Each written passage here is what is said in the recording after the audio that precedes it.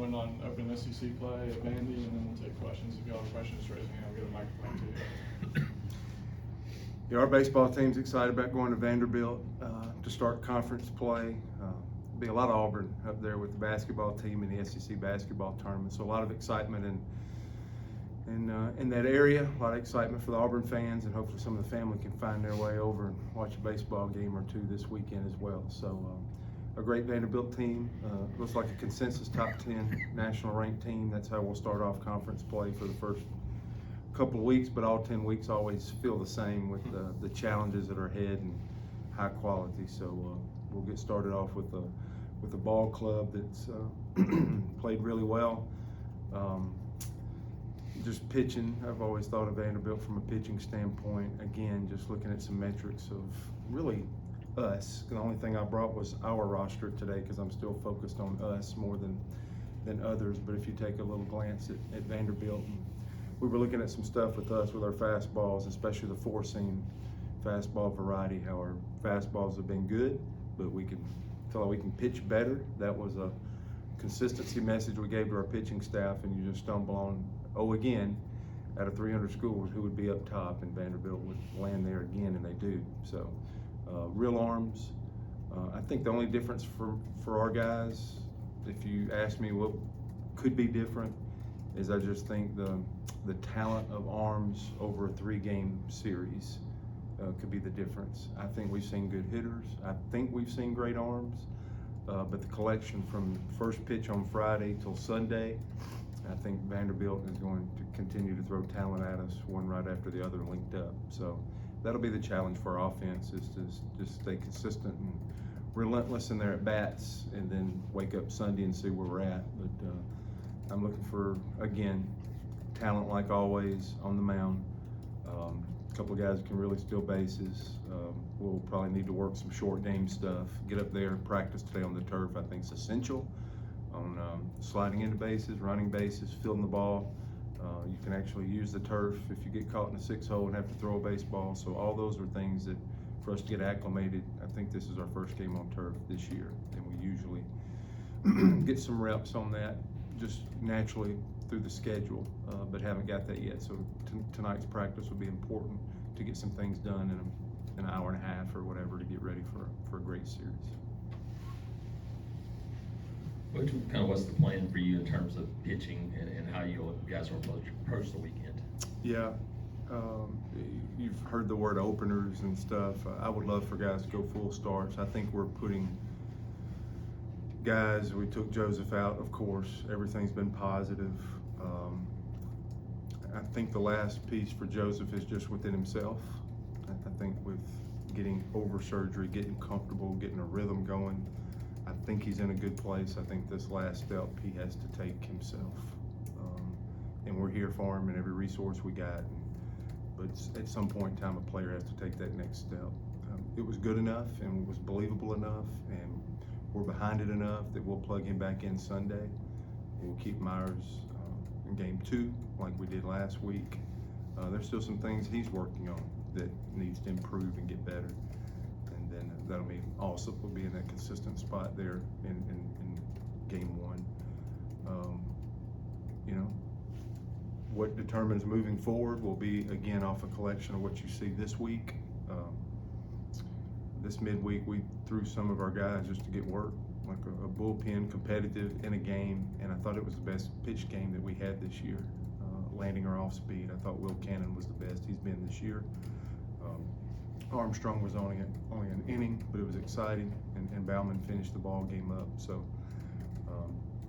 before you start moving those pieces to other parts of the rotation, we're going to give this crew that's worked hard, and so it's been pretty consistent outside of taking Joseph out for that day.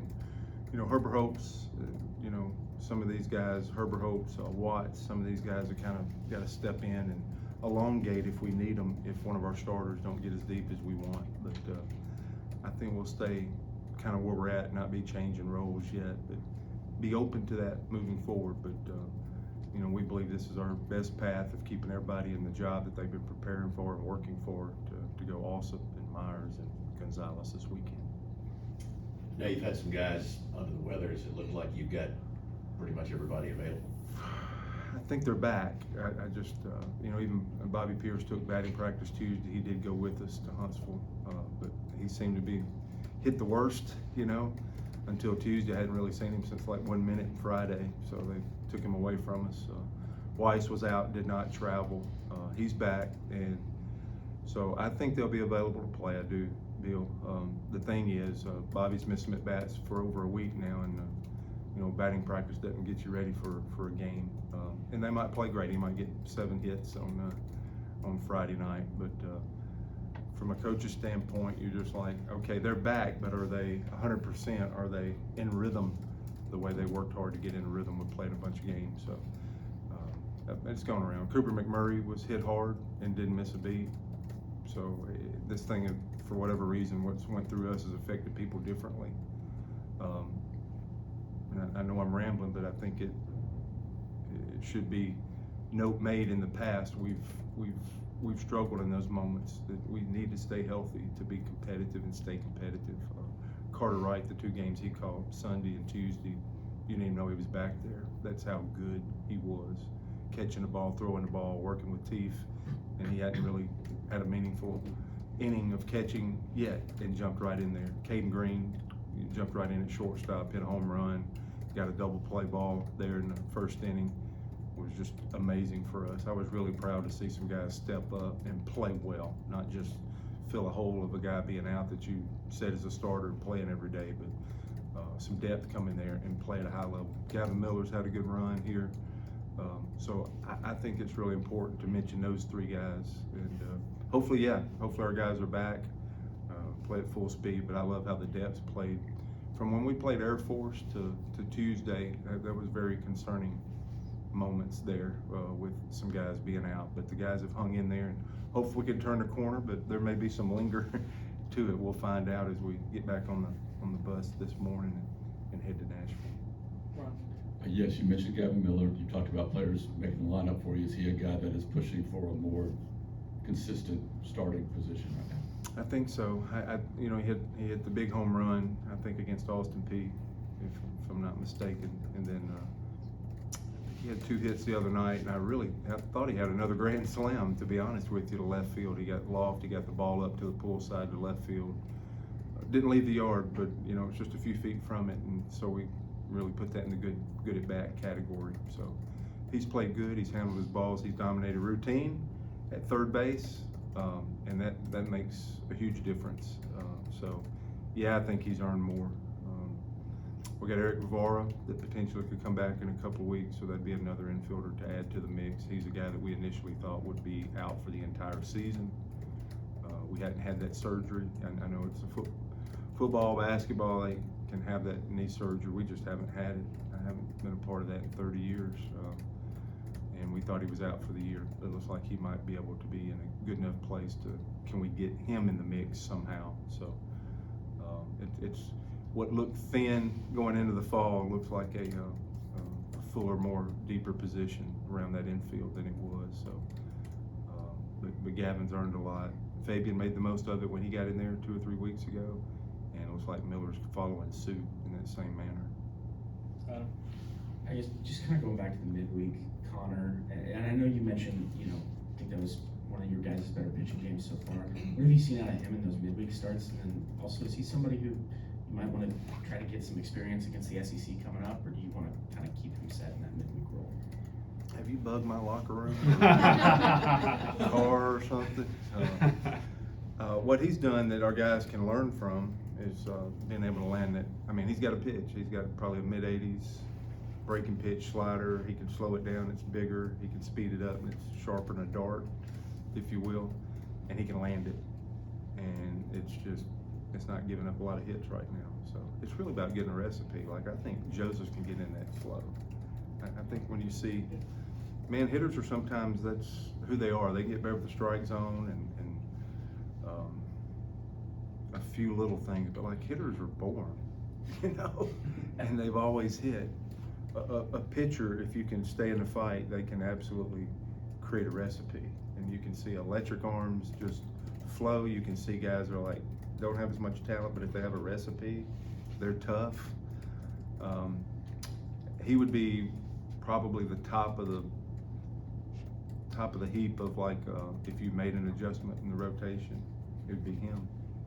And that'd be the most viable option that you would have from what you just seen. If the players are making the lineup out, then he might be the next man up. So we'll see how this weekend goes, but that's a really good point. And that would be really interesting at the end of the weekend. You're riding back from Vanderbilt. If you felt like you needed to make a move, you know, you'd probably do something different Tuesday, because he has done an amazing job. And I don't want to discount Tuesday. That's one of the reasons why we hadn't made a move. How important are those midweeks that this program has learned the last couple of years to be competitive in those, because it builds a resume and it's very important.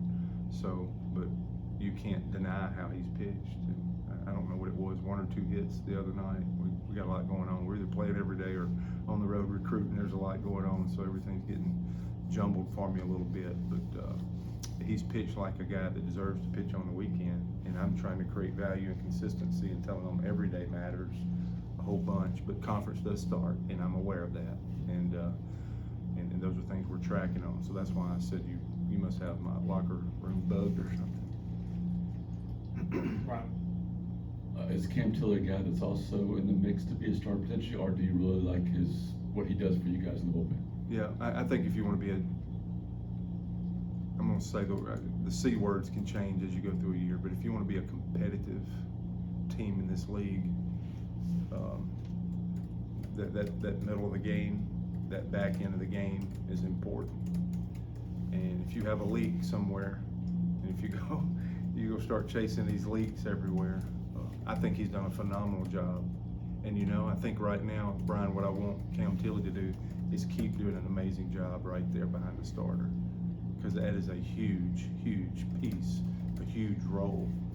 And so before I ask him to do something else, I want to be competitive on game 1 of an SEC series, inning 1 to 9, maybe more. Same thing Saturday, 1 to 9, 1 to 9. And I think a Tilley, a Bauman, a Cannon, an Armstrong, hopefully Watts is moving towards that. Hopefully we're, these guys work so hard on a roll. I don't want to change it now when every piece of these games are important, the beginning, the middle, and the end. So again, another viable option. But I kind of like the McBride thing as I'm going in my head, because that doesn't affect roles on the weekend. So, but is he good enough? Absolutely. Because everybody thinks they're a starter, but this is a Southeastern Conference. This is the best amateur baseball on earth. And what can happen out of here, out of a bullpen, and you're wanting to be a major leaguer or something like that, Cam Tilley could walk that road. He's a long way from it, but he could. And I refer back to 2022 recently, where we can have a guy in the bullpen, a guy finishing games, and you can still go in the second round. I've had a first rounder out of the bullpen in Southeastern Conference. This is a conference where if you can just handle a role and dominate it and do it and be competitive in this league, you don't necessarily have to start. This is that one league where that's proven. There's a track record of, I can say, you still can go as high or higher than you would have went in another role, and throwing out of the bullpen is respected professionally here in our league. So I feel like he's in a good way, and I don't want to mess with it right now with Cam Tilley, and I hope he's able to do this same thing as we start up this week.